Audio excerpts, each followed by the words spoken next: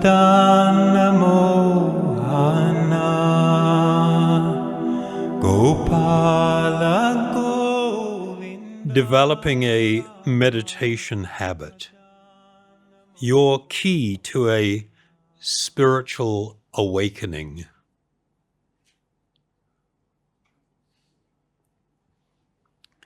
Might just deal with the last part a little first. Awakening. What does that imply? It also applies if we're not awakened, we're fundamentally asleep. And it's like, what does that mean? I mean, what could that possibly mean?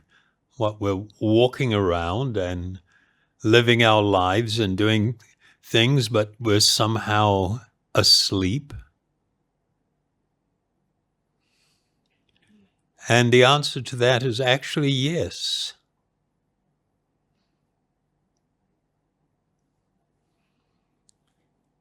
The use of the word spiritual before awakening is actually really significant. So I'll just define some of the terms. Lots of people have different ideas as to what is spiritual. Sometimes people think going out in nature is spiritual.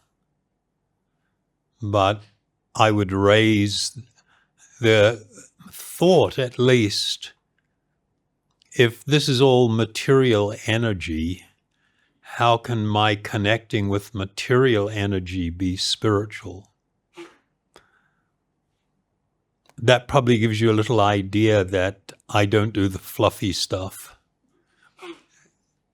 So, the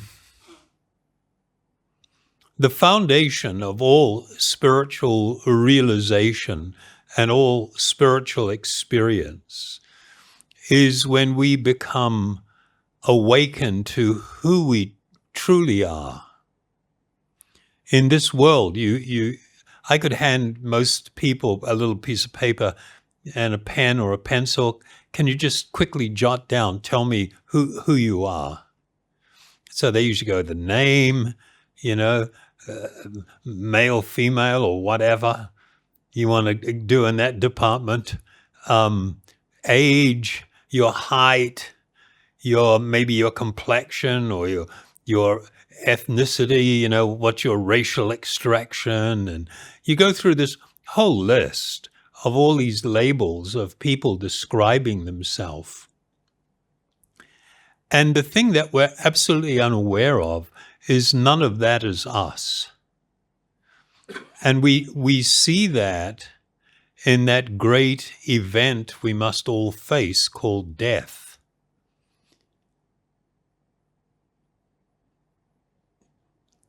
The experience of especially somebody that you're close to that has faced this event called death, there is a stunning realization for a lot of people, although it may be not super clear, that body that's left behind, if I get the list that tells me who you are, and I look at the list, my name's Dave, yeah, it's Dave, I'm a real Aussie. Yeah, he's a real Aussie. I'm 74 years old. Yeah, he's 74. I'm 180 centimeters. Let's get the tape out. Yeah, still 180 centimeters. The weight, we can check everything on the list. But if I ask the question, is Dave at home? The answer is no. This is an empty carcass. Dave is actually gone somewhere. And this is what's been left behind. And it's kind of like a really stunning, to really think that we invest all of our time, all of our energy on this foundation that this thing here is me, and let's include the mind in that one. And I will find purpose, I will find fulfillment, I will find happiness trying to satisfy all of the urges, the wants, the needs of the body and mind. And of course, that's not true. When your total focus is simply on that which is temporary, you're not really connecting with your true, eternal, spiritual identity. You are an eternal spiritual being temporarily occupying this physical body.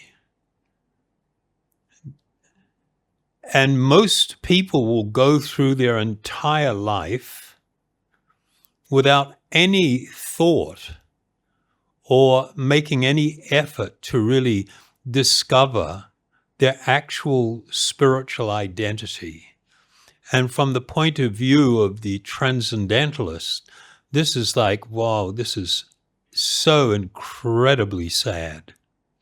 And it has consequences. One of the consequences is everybody's experiencing emptiness to different degrees. And I'm not talking about, when people are kind of busy and they got a lot going on and doing the scrolling, looking and looking and looking and looking. What are you looking for? Why do you keep scrolling? What are you actually looking for? You're looking to fill up some emptiness that you're experiencing. Probably the older guys will remember is that Bruce Springsteen? Everybody's got a hungry heart. Yeah, it's actually pretty tragic lyrics. The guy walks out on his wife and family and hits the road because he's feeling so empty in that situation. And then he's searching and he tries to build another relationship, and that one goes to crap. And then he's just like talking about nobody wants to be alone. Everybody's got a hungry heart. Everybody is looking for love. We have this desire, intense desire, to both love and to be loved. And that desire arises from the spiritual being. It doesn't arise from the mind. It doesn't arise from the body. I have a desire for happiness. Why? Why do you want to be happy? What's wrong with being on a bummer? We innately feel, I don't want that. I'm not comfortable with that. There's something driving me to look for happiness. And that's because the eternal nature of the spiritual being within is to exist in a state of great blissfulness and happiness. But because I'm not feeling that now, so I feel agitated. I've got to look here, look there, look there, look there, scrolling. It's like, and it doesn't end. And the more things you try, the more things you have to look for. It's sort of like, it's not working. I bring up the subject of death, and it's like everybody freaks out on that one. That's sort of like the ultimate freak out, even though that's the only thing you can count on in life. Nothing else is for sure. That one is for sure. You're coming to a hard stop at some point. And when we see death, it really disturbs us. And it's kind of like, why? Why does it really disturb us? It disturbs us for the same reason. By nature, you as an eternal spiritual being, you are eternal. But because you've lost the plot and you're just looking at the body and somebody else's body and your own or whatever and thinking that is the person, when you see a dead one, it's just like, it's a real major freak out and makes us feel incredibly uncomfortable because it's running counter to our actual nature. That is, that we are eternal spiritual beings. So by now you've probably gone like, oh, this guy's really serious. Yeah, I'm really serious. I'm serious about finding happiness, experiencing peace, awakening the most profound experience of spiritual love. This is what we all want. This is what, not just want, this is what we need. And this is actually what we're looking for. Without even knowing it, this is what we are looking for. So when we talk about spiritual awakening, this is the foundation of spiritual awakening. That when I become awakened to the reality that even though I may not super experience it, but at least the idea that, yeah, I can relate to that. I know that instinctively. I am an eternal spiritual being having a temporary material experience, locked in this body. I'm embodied, and I've lost the plot. I'm not even aware of my deeper self, who I truly am. I've just become so absorbed in this external garment and all the flashing lights and the razzle-dazzle, stimulating all the different senses all the time. This is the foundation of what's called a spiritual awakening or self-realization. And this is just like the beginning.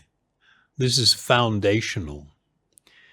So developing a meditation habit, your key to a spiritual awakening.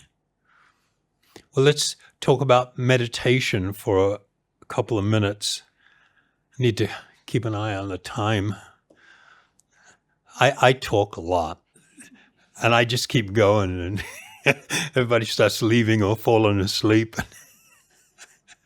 I'll try and control myself. What is meditation? Many people think, and it's the most common idea, even amongst a lot of practitioners, monks, yogis, a lot of them actually think that it's some form of mental exercise, trying to quieten the mind, bring the mind into a focus. I was just speaking a little earlier to a new friend, and I was mentioning, but actually those things are considered pre-meditation.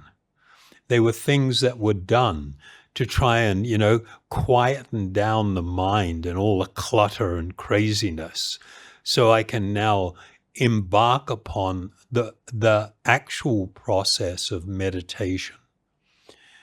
Meditation actually means to immerse yourself in that which is purely spiritual or transcendental. When one is immersed in that which is transcendental and transcendence, it has the effect of beginning to change and transform us, and the way that we look at ourselves, the way we will look at others, the way we will look at the world. So I sort of usually give an example. It's kind of like going to a tropical place where the ocean is nice and balmy and warm. And you walk out into the water, you're waist deep, you're just walking, and maybe your fingers are rippling through the water. It's the evening, it's just like a sunset, and then you just let go and you just flop back into this warm, balmy ocean. That is what we want people to do, to try and meditate. It is to just let go and become immersed in that which is spiritual or transcendental. So the process that we utilize is actually the most effective and the most powerful process in this time and age. And it uses spiritual or transcendental sound. Transcendental sound is unique. You know, material sound, it's just syllables. Like you listen to somebody who speaks a language that you don't know, and it's kind of like you're trying to find something familiar, and you're just hearing all of these sounds. It's just noise and syllables. But people learn to, you know, in a particular country or culture, you learn to associate specific things with those syllables. But it's kind of like the word mango. The word mango, two syllables, or 2.5, maybe some people would say. And it's kind of like, okay, we know what a mango is. And the mango and the sound are two completely different things. So I can take that sound, those syllables, and I can say mango, mango, mango, mango, and it does nothing for me except drive me nuts. It's like, you know, it's kind of weird. I don't get to taste a mango. I don't get to experience. Maybe in my mind, I could have some remembrance of what it was like and what it smelled like and what it tasted like. But there is a big difference between the actual object, the mango, and the syllables or the sound that refers to it. Spiritual sound is not like that. Spiritual sound contains a unique potency. It has an ability that when we become absorbed in it, to actually change us, to purify the heart and the mind, and awaken us to a deeper perception and understanding of my spiritual identity, where I fit in relation to everything, and the connection to my source. This is all things that we're unaware of. We're just stumbling around, locked into the suit that we're wearing as being us, looking to fulfill these deep spiritual needs. This sound, spiritual sound vibration, which descends from a spiritual platform, it is actually handed down to us by a long lineage of self-realized yoga sound spiritual teachers. And because it is coming this way, it retains its great potency. It's, you know, earlier Kalindi, you know, when she was doing the Gauranga breathing, referred to mantra. So this spiritual sound is also referred to as mantra. But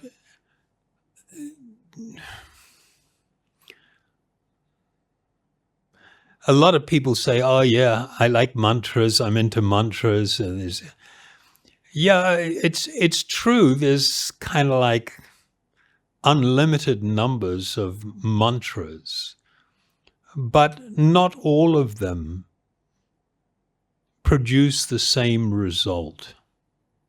Sometimes people would use mantras or certain types of chanting to acquire wealth, to get some favorable thing in their life, their desire for some sort of material thing to add to their life in their pursuit to find happiness and fill up the emptiness. And if you look at the Vedas, it has literally millions of mantras. But the type of mantra that is used to try to get some material benefit, temporary material benefit, because anything to do with that which is material, its characteristic is it is temporary, constantly changing. There will be a beginning and an end.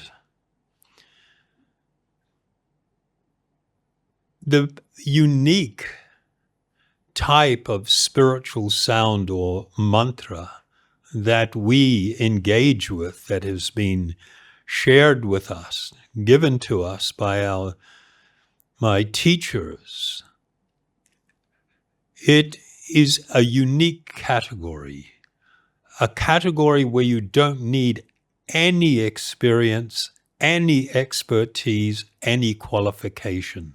You can, in fact, be preeminently unqualified.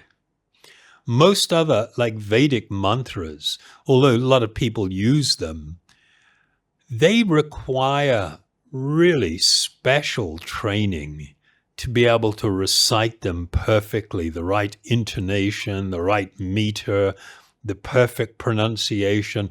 Otherwise, they don't deliver the material benefit that someone is seeking.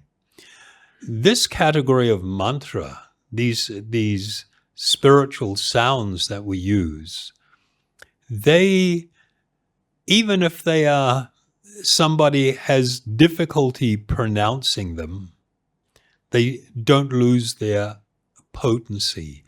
They don't lose their effect. I often use the example, on a foggy morning when you wake up and everything's locked in with fog, and you look out the window and you can't see the tree in the yard, you can't see where your car's parked. Everything is just like white. And then the sun comes up. And even though you can't see the sun, its rays, the powerful rays of the sun, begin to burn off the fog. The fog begins to thin, it begins to dissipate. And so when you look again, you can see, oh, there's the car. Whoops, now I can see the house across the street, and soon you can see the hills in the distance, or the ocean, whatever's there, or skyscrapers, depends where you live. And the potency of the sun and the rays of the sun have the effect of burning off the fog and making it so you can see everything very clearly. That is actually a really good analogy for what the use of or developing a practice around using spiritual sound as meditation will do. You don't have to know how it's happening or why it's happening. It will just have the effect.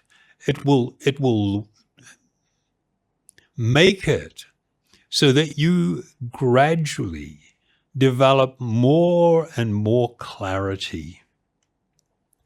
These spiritual sounds are like spiritual nutrition. We talked about happiness earlier, where you can just, non-stop engage in consuming, whether it's food, whether it's listening to sounds, whether it's sex, whether it's just anything. You can just be like constantly consuming and exciting your body and mind, and this experience or that experience or whatever. And then as soon as it's over, you're back to square one. When you go home and you're in bed, it's just you and you're all alone. And all that stuff, whether it was an amazing holiday or some new relationship or whatever, you experience, I need something more. I desire something more. There is still this emptiness. And it's because our life is so out of balance. we are 100% engaged in simply looking for different ways to bring experience to my body and my mind, in the hope it will fulfill me, it will make me happy. That is considered ignorant, not in knowledge. And of course, you have this little, in the Dharmic traditions, this little formula: ignorance equals pain and suffering. If you are feeling pain in your life, if you are feeling some suffering in your life, it means somewhere, somehow, you are embracing some untruth, something that is untrue. Wanting it, of course, to be true. And what happens is we end up in this situation. There is actually an ancient example of somebody who has a bird in the cage, and the cage is gilded and it's gem-studded. And the person is just like so proud of the cage.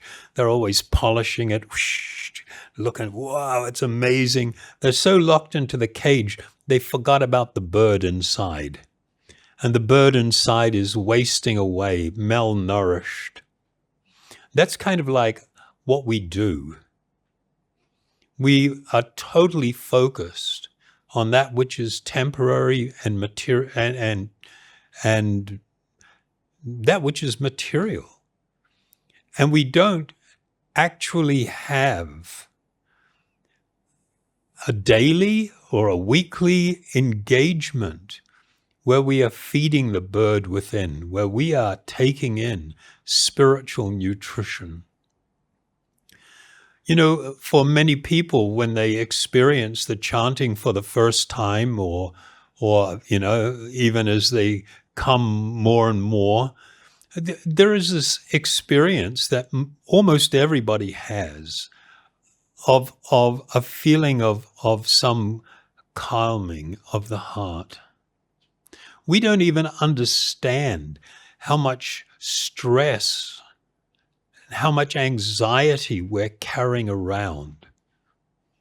We are confronted with this reality. It's just like, it's quite mind-blowing. The first time I heard this from one of my spiritual teachers, and then I read about it in some of these very ancient texts, they were saying, you know, we hunger for things, we hanker for things, we want something, we desire something, whether it's a relationship, an experience, whatever.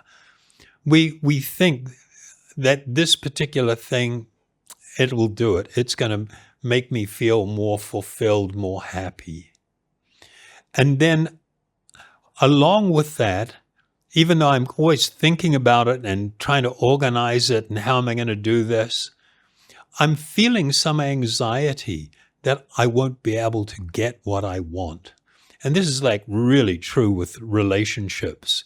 You know, people, don't get me started on relationships. It's like, my God, the dishonesty in relationships is mind-boggling. When you want to meet somebody, you hide all your bad things, the things that you know that suck. You don't want to show them to anybody. Then the other person's doing the same thing. And we're kind of like really putting on that we're actually more wonderful than we really are. And then later, when people actually get together, you know, I sometimes am asked to do some marriage counseling. And this thing I hear sometimes, if I knew you were like that, I would never have married you or never moved in with you or whatever. And it's just like, what? Are you serious? That's the dumbest thing ever. That's your job to know. That's your job to know what you're buying, what you're buying into. But we're so secretive and we hide and we put on this big front and want everybody to sort of like, you know, like us. and I have a desire for some connection, perhaps relationship, and then I'm always just like stressed out. What if they discover this, or what if they don't like me because I kind of like really like them now? And so that's true with everything. Everything that we desire and want to chase, we're fearful that we will not get it. So in the pursuit, there's an anxiety that we're not even tuned into. We're not even aware. When you actually get the thing that you are after, you actually are always carrying this fear that somehow you'll lose it. You got to make sure it's insured. I mean, there's nothing more stunning than to drive up the road and around the corner and you see, wow, there's smoke. And then you come into your street and the fire engine's right in front of your house and it's burning down. Or like when they have the big floods and stuff, you know, these weather events they've been having, and your home gets washed away, you know? So it's kind of like everybody, we don't realize it. At the time that it happens, it hits us, but actually we've been carrying that all the time. I want this, I'm afraid I'm not going to get it.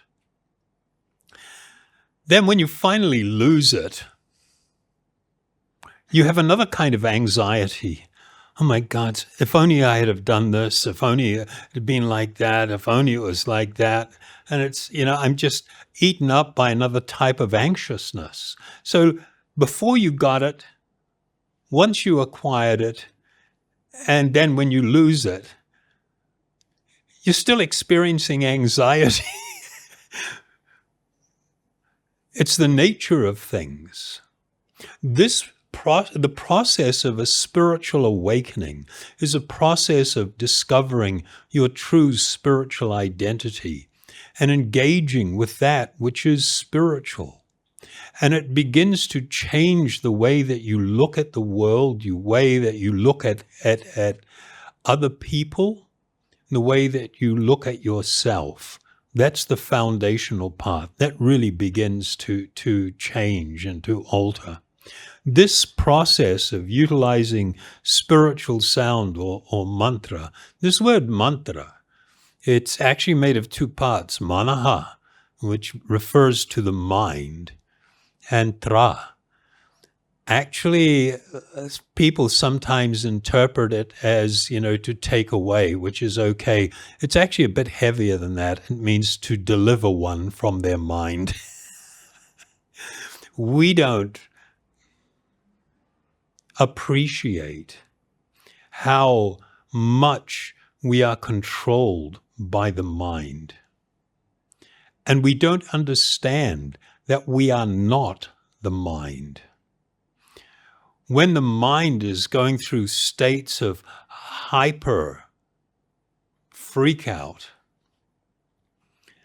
you know, heightened emotions, it pulls us in so many different directions.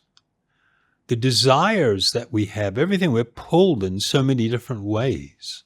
In one of these ancient texts, the Bhagavad Gita, it says that the mind can be one's greatest friend or one's greatest enemy. That's stunning. That my own mind can become a greater enemy to me than anyone or anything else. All you have to do is somebody in a profound experience of depression.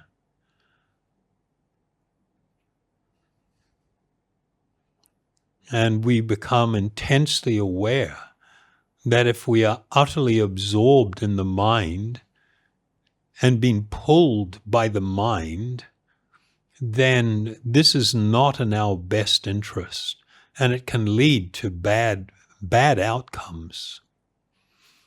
Spiritual or self-realization means when I begin to discover and experience that this physical body is not actually me. It's not like I become neglectful. It's like I'm in awe This is the most amazing thing. This is an extraordinary gift, and it can be used for my good, or it can be used for my destruction, practically speaking. And what's going to be driving it is the mind. And the understanding, or the great yogis, is I am neither the body nor am I the mind. I am the eternal spiritual being residing within. The word for this in Sanskrit is Atma. Atma, it means, literally translated, means the self. The body is not the self, neither is the mind. But when I've lost the plot, going back to the awakening and being asleep means I am just living in this untruth that the body is me and the mind is me. And wherever it's going, I'm just following it everywhere. It's dragging me here, dragging me there. Our job is actually to determine the content of our mind. What am I going to think about? How am I going to process this? How should I deal with this situation? I am meant to be in the driver's seat. Not that I'm in the passenger seat and my mind is the one driving, dragging me everywhere. The process of meditation will really begin to make changes in our life to make it so that we actually start seeing things with clarity. When I understand that I am an eternal spiritual being, then I begin to understand that the purpose I have in life is both self-realization and God-realization. That is my purpose. That is what will fulfill me. That is where I will find perfection.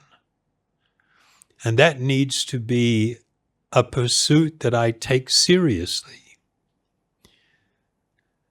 You know what? You don't need to know any of this stuff. Although it's wonderfully helpful. If you simply walked in here and you heard some of this, spiritual sound meditation and you go, wow, that kind of feels nice. That resonates with me. I inherently feel there's something very nice here. And I just engage regularly in the experience. Even without hearing any of these things I'm talking about, you will come to that understanding. You will come to that realization. It will automatically happen as the heart and the mind becomes increasingly purified. And since we understand, okay, you don't want to go down the spiritual route, but you're just looking for a little peacefulness and calmness and just be able to manage life better, no problem. You don't have to go down that pathway if you don't want. This process of utilizing spiritual sound will make your life better. It will make you more calm. It will improve your relationships. You will be less emotional, less reactive, overly responsive. Those kind of changes will happen. And if all you're looking for is some calmness and some peace, absolutely no issue, no problem. But if you're looking to have a real spiritual awakening, it is important that you develop a practice. In Sanskrit, this is called sadhana. Sadhana means, it literally translates as the means to attain something. That's what it means, the means to attain something. And so when I engage in this process, this activity of meditation, it's actually advised to come to develop a daily practice. Doesn't matter how long. And in the beginning, it's always better to do less than to try and do too much. And then you kind of give up because it's like, oh, this is too much of a hassle. 10 minutes? 15 minutes? Come on, you can do that. Some people have a hard time on their own. We have resources online, guided meditations and things that you can connect with. Just talk to my hosts here. They'll fill you in on if you want to develop a practice and you want to hear more about it. You know, it's definitely something that is of enormous value. So this spiritual sound is used in different ways. We also use what's called mala. And these beads are used for a personal meditative practice. And when you do it, the beads make it, of course, you can keep count of how much meditation, how many mantras you're chanting every day. The thing is to make a commitment, even if it's going to be one mantra every day, to be able to have a specific time when you sit down, the phone is off, people know not to bother you, and you do a little bit of breathing and relax, and then you just engage in this process.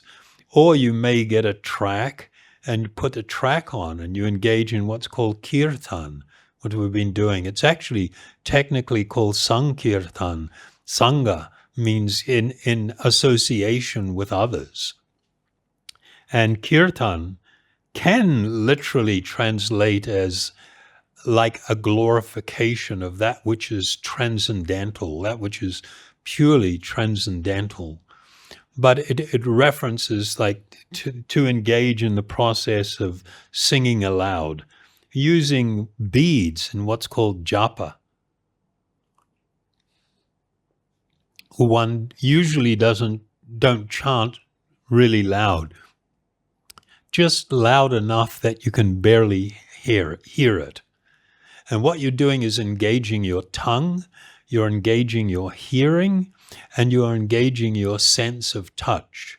That's 3 of the 5 senses. And it will automatically have the effect of bringing the mind into some focus without even trying. It will automatically do it. If you would like to try and experiment, any experiment should be 21 days. They say that's what it takes to form a habit. Less than that, you're not necessarily going to experience what you could be experiencing. But just to put it to the test, a good time to do things, if you can, is first thing in the morning. Before everything starts, before your mind starts thinking about all the issues you got to deal with and whatever.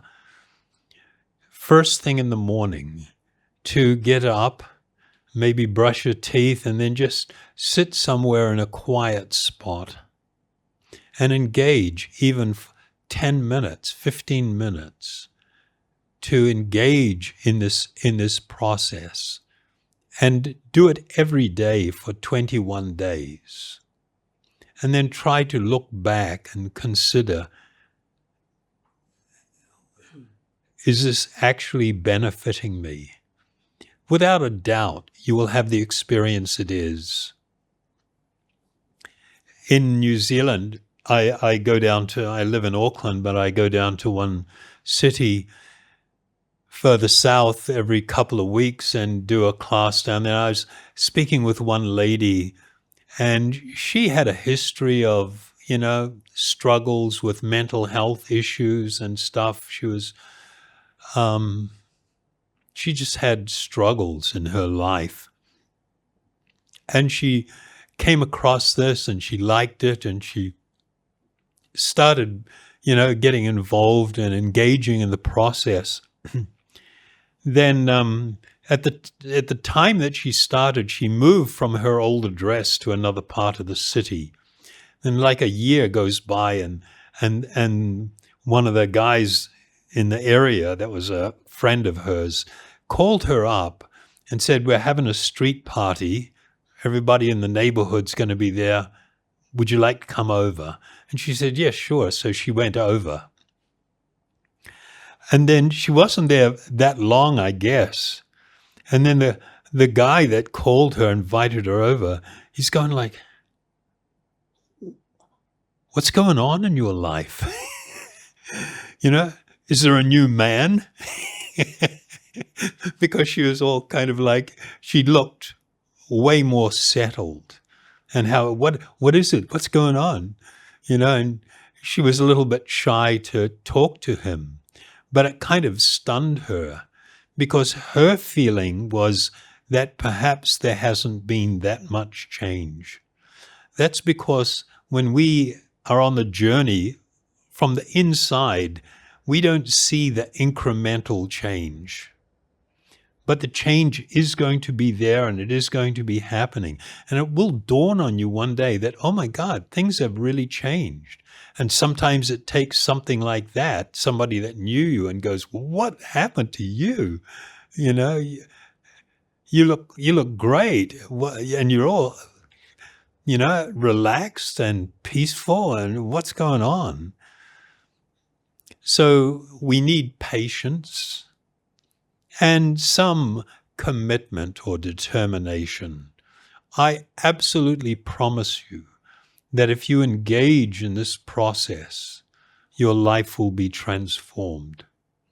Whether you do it somewhat meditation light, just want to be a bit peaceful and a little bit more happy and a little less stress, or whether you want to actually seek a spiritual awakening, this will transform your life. And the regularity is important to make it so that you experience this clarity. Okay? I got to check the time. Did I go over time? I can't remember what time I started. Does anybody have a question now that you'd like me to address? And if not, don't worry. What I'm going to do is I will lead you in a kirtan. After the kirtan, some people have got things they need to attend to, no issue. No bad vibes if you leave.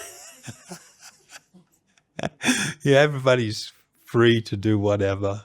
It's all good. But after we have a kirtan, then we can open up for some Q&A if people want to hear about something, or they would like me to try and address something. Sound okay? So before we start, I will ask you to just remember the little example that I used.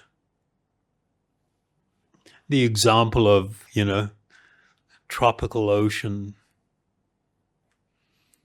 wading into the tropical ocean and just letting go. That, if you're more comfortable, do close your eyes. Just listen to this spiritual sound. Allow it to enter your ears and enter your heart. Just let go and bathe in this spiritual sound. And one will have a nice experience of its benefits.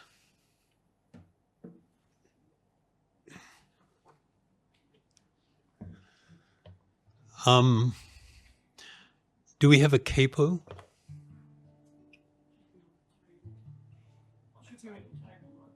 On the table. Oh, there we go. Old age.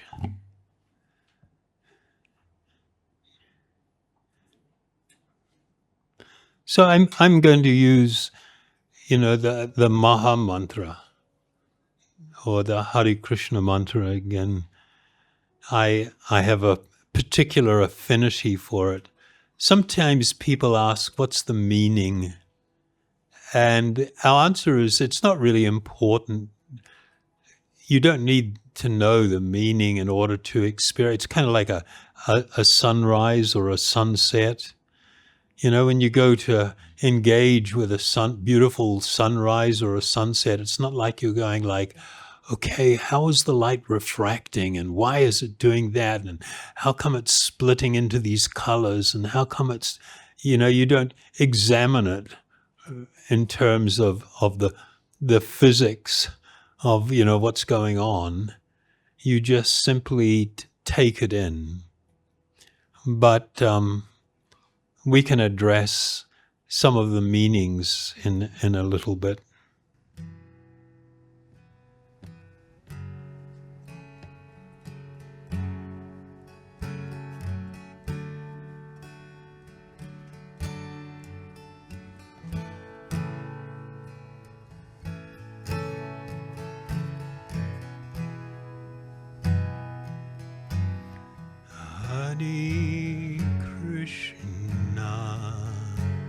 Hare Krishna, Krishna Krishna, Hare Hare, Hare Rama, Hare Rama, Rama Rama, Hare Hare, Hare Krishna, Hare Krishna, Krishna Krishna, Hare Hare, Hare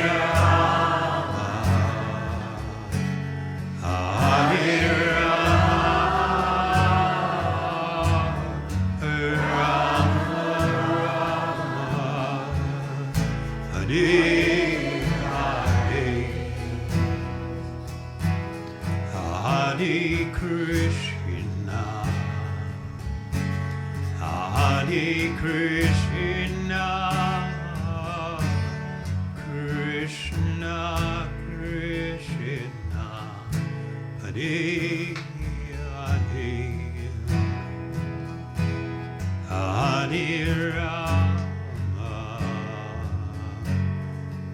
Hare Rama, Hare Rama, Hare Hare, Hare Krishna,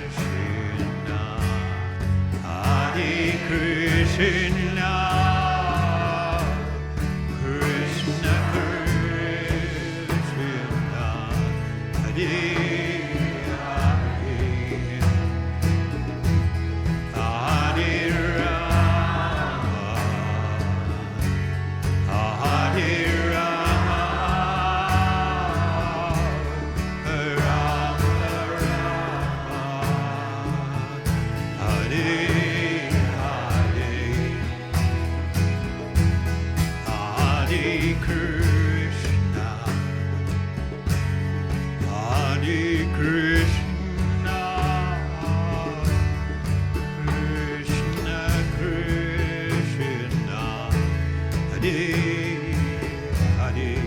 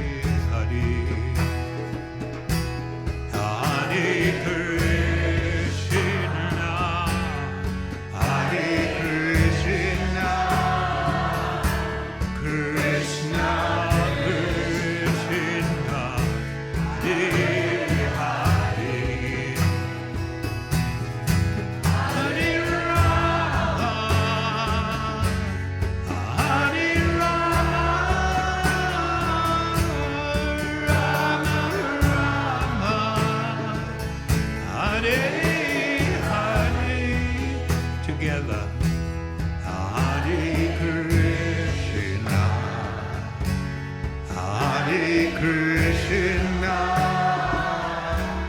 Krishna Krishna, Hare Hare, Hare Rama, Hare Rama.